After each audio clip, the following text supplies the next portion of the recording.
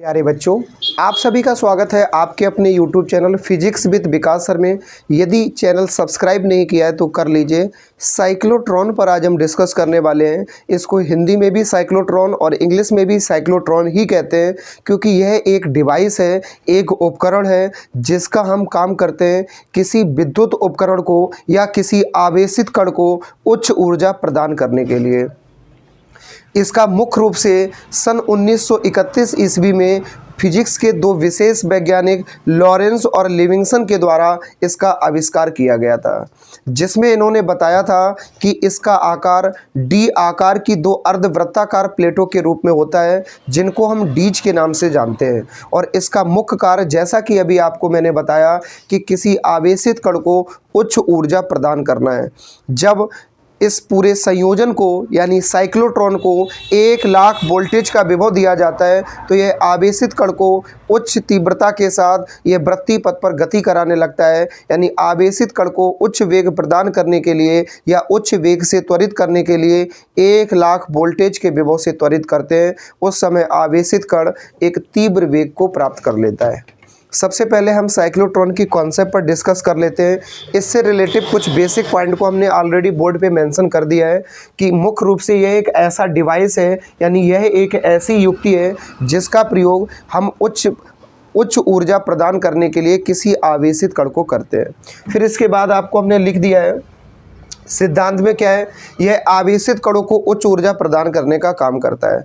वहीं आप इसकी रचना में लिख सकते हो, इसमें डी आकार की दो अर्धवृत्ताकार प्लेटें होती हैं, जिन्हें हम डीज के नाम से जानते हैं। और इन प्लेटों में नीचे की ओर एक दोलन लटका दिया जाता है, जिसको हम पेंडुलम के नाम से जानते हैं, जिसका मुख्य कार्य है इस पूरे संयोजन का संतुलन बनाए रखना। और इसकी जो दो प्लेटें होती हैं, दो अर्धवृत्ताकार प्लेटें जो एक दूसरे से कुछ दूरी पर रखी होती हैं, इनको हम विवर्तक प्लेटों के नाम से जानते हैं। और इसमें जो विद्युत क्षेत्र के साथ साथ चुंबकीय क्षेत्र का गुण होता है, एक्चुअली इसमें दोनों कॉन्सेप्ट अप्लाई होती हैं, इसमें विद्युत क्षेत्र भी और चुंबकीय क्षेत्र भी। लेकिन आप सभी को पता है चुंबकीय क्षेत्र की जो दिशा होती है वो सदैव उसके तल के लंबवत होती है, यानी चुंबकीय क्षेत्र सदैव 90 डिग्री के एंगल पे होता है।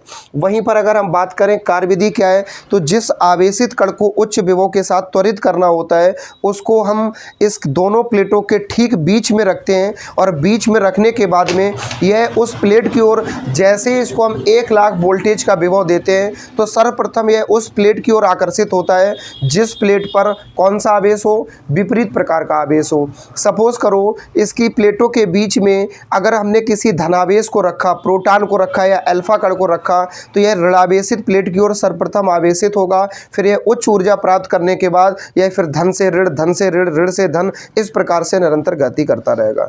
चलिए इस कॉन्सेप्ट को हम बोर्ड पे इस स्थिति के अनुसार देखते हैं। सबसे पहले संधारित्र का निर्माण करने के लिए इस प्रकार से हम इसमें दो प्लेटें बना लेते हैं।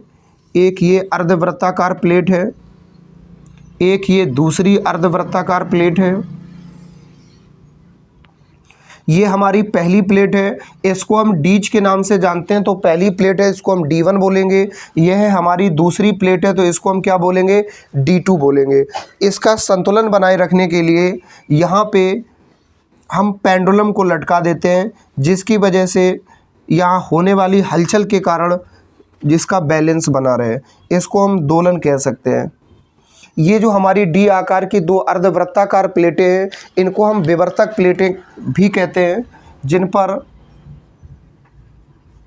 विपरीत प्रकार का आवेश है। अर्थात अगर ये प्लेट धनावेशित है तो ये दूसरी प्लेट कैसी होगी, ऋणावेशित होगी। इसके बाद जिस किसी आवेशित कण को उच्च ऊर्जा प्रदान करनी होती है, इन संधारित्र की दोनों प्लेटों के ठीक बीच में इसको हम रखते हैं। यहाँ पे हमने मान लिया है ये कोई कण है जिसको उच्च ऊर्जा प्रदान करनी है, और जैसे ही यहाँ 1,00,000 वोल्टेज का विभव दिया जाता है, यहाँ पे लिख देंगे 1,00,000 वोल्ट। अब आप अंदाज़ा लगा सकते हैं कि 1,00,000 वोल्टेज का जो विभव है वो कितना विशाल मात्रा में होता होगा, क्योंकि 240 वोल्टेज पे आपके घर के सारे उपकरण चलते हैं और 440 वोल्ट पे भोजपुरी के गाने चलते हैं। 1,00,000 वोल्टेज से अंदाज़ा लगा सकते हैं कि कितनी ज़्यादा कैपेसिटी होगी। अगर हम यहाँ बात करें चुंबकीय क्षेत्र की दिशा क्या होगी, तो आप सभी को पता है कि चुंबकीय क्षेत्र की दिशा सदैव कागज़ तल के लंबवत 90 डिग्री के एंगल पे होती है। यानी चुंबकीय क्षेत्र कैसा होगा, लंबवत होगा, जिसको हम इस तरह से दिखा दे रहे हैं ताकि बी दिखती रहे। ये है लाला चुंबकीय क्षेत्र, यानी चुंबकीय क्षेत्र कैसा हो गया, 90 डिग्री पे हो गया। अब इसके बाद में क्या होगा, जब इस आवेशित कण को 1 लाख वोल्टेज का विभव दिया जाएगा तो यह यहाँ से गति करना प्रारंभ कर देगा। जैसे जैसे ये वृत्तीय पथ पर गति करता रहेगा, क्योंकि ये कैसे जाएगा, अगर ये यहाँ पे आवेशित कण के रूप में मान लो प्लस क्यू चार्ज है, तो ये गति करते हुए सबसे पहले इधर से इधर, इधर से इधर, क्योंकि प्लस वाला माइनस की ओर आकर्षित होगा। इस प्रकार से ये गति करेगा धीरे धीरे धीरे धीरे, और जैसे इसको वेग प्राप्त होता चला जाएगा तो यानी कि वोल्टेज के साथ साथ इसका विभव बढ़ेगा और विभव के साथ इसका वेग बढ़ेगा, तो लगातार इसकी वृत्तीय पथ की त्रिज्या के मान में भी वृद्धि होती रहेगी। जब प्रारंभ में ये प्लस वाला है माइनस की ओर आकर्षित होगा, तो माइनस प्लेट की ओर जैसे ही जाएगा यह उच्च ऊर्जा को ग्रहण कर लेगा और यह भी ऋणावेशित हो जाएगा। ऋणावेशित के बाद फिर से धनावेशित की ओर आकर्षित हो जाएगा, फिर से धनावेशित के बाद ऋणावेशित प्लेट की ओर आकर्षित हो जाएगा।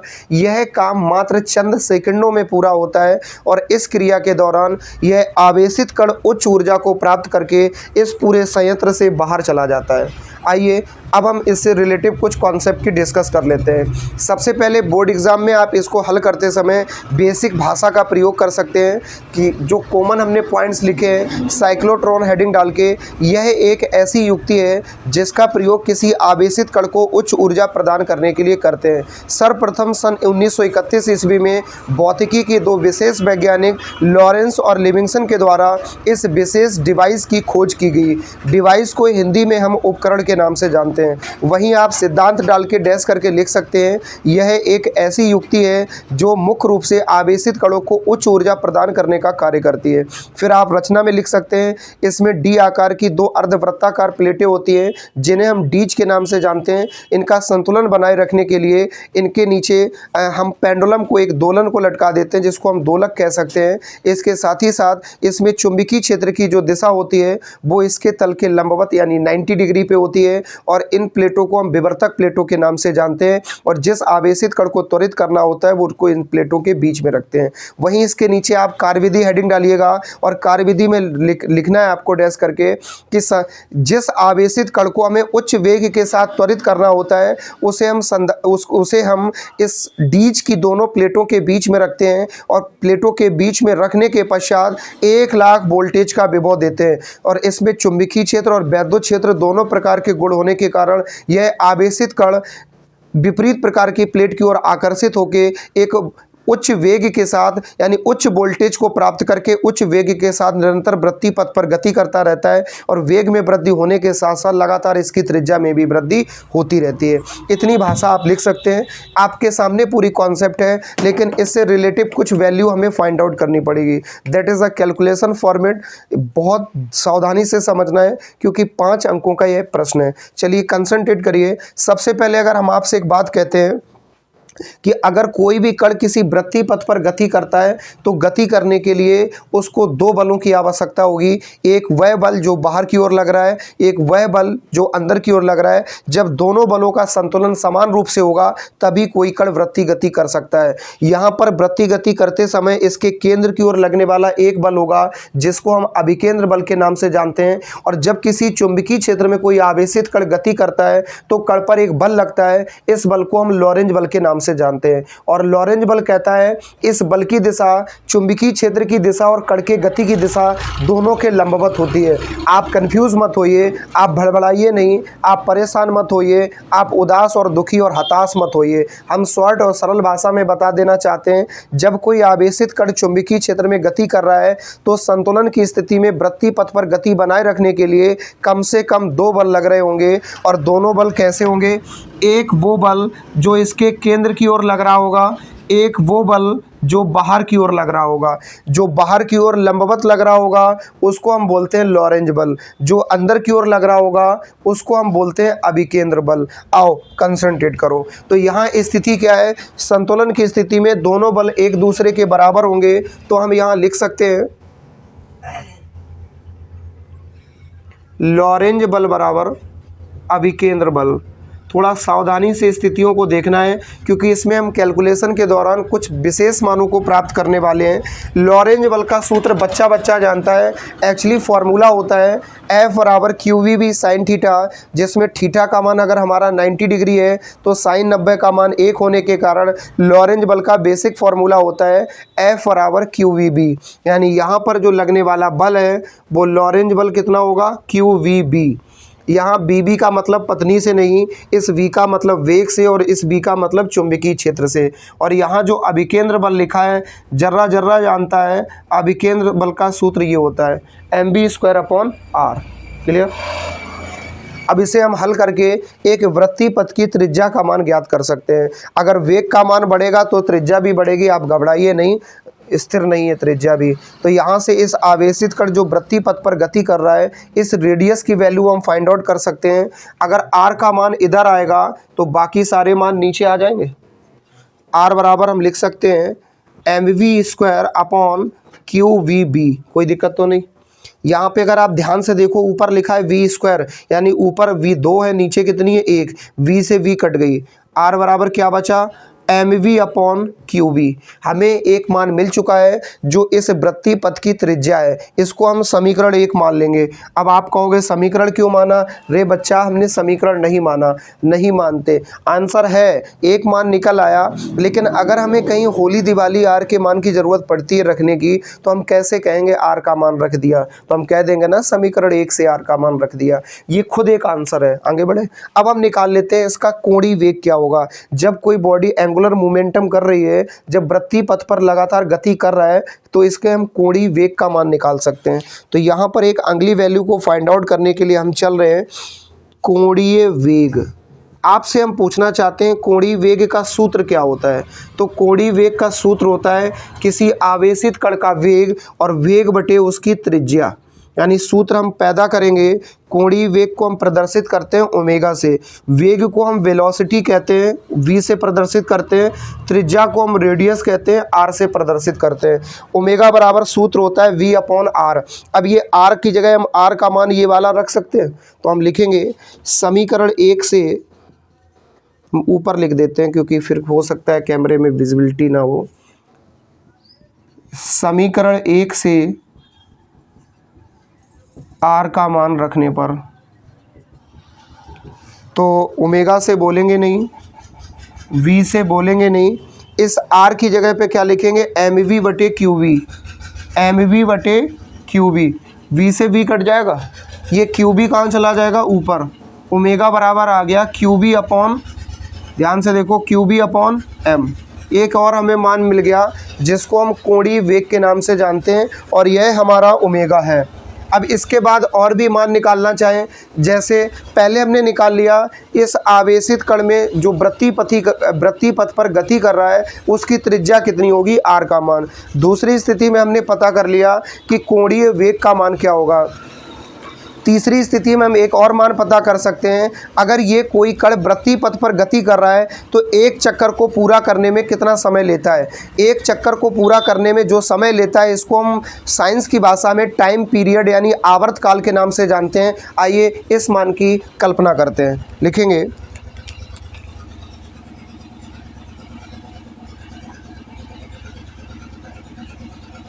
आवाज़ नहीं चली गई माइक की, ध्यान से कंसंट्रेट करो। आवर्तकाल को हम टाइम पीरियड कहते हैं और कैपिटल T से प्रदर्शित करते हैं। T बराबर सूत्र होता है 2π/ओमेगा। अगर डायरेक्ट लगाना चाहो तो, अगर ना लगाना चाहो तो आप इस तरह से भी कर सकते हो कि आवर्तकाल का मान आवृत्ति के व्युत्क्रमानुपाती होता है, लेकिन जब आवृत्ति का मान नहीं पता तो खाक पता होगा। आओ कंसंट्रेट करो। T बराबर 2π/ओमेगा। अब एक काम करो, ओमेगा का मान उठा के ऊपर से रख दो, फिर आंसर मिल जाएगा। तो लिखेंगे ओमेगा का मान रखने पर, अगर हम इसमें ओमेगा का मान रखते हैं तो आपको आंसर किसका मिल जाएगा बउआ, आपको आंसर मिल जाएगा आवर्तकाल का, टाइम पीरियड का। लेकिन टाइम पीरियड किसको बताता है, एक चक्कर को पूरा करने में लगने वाला समय। ओमेगा का मान कितना है QB/m, QB/m। m कहाँ चला जाएगा ऊपर। T बराबर आ गया 2πm/QB। एक आंसर आपका खुद का ये आ गया बधाई हो आप सभी को, आपको इतने आंसर मिल गए। एक और आंसर हम यहाँ निकाल सकते हैं जिसको हम फ्रीक्वेंसी के नाम से जानते हैं।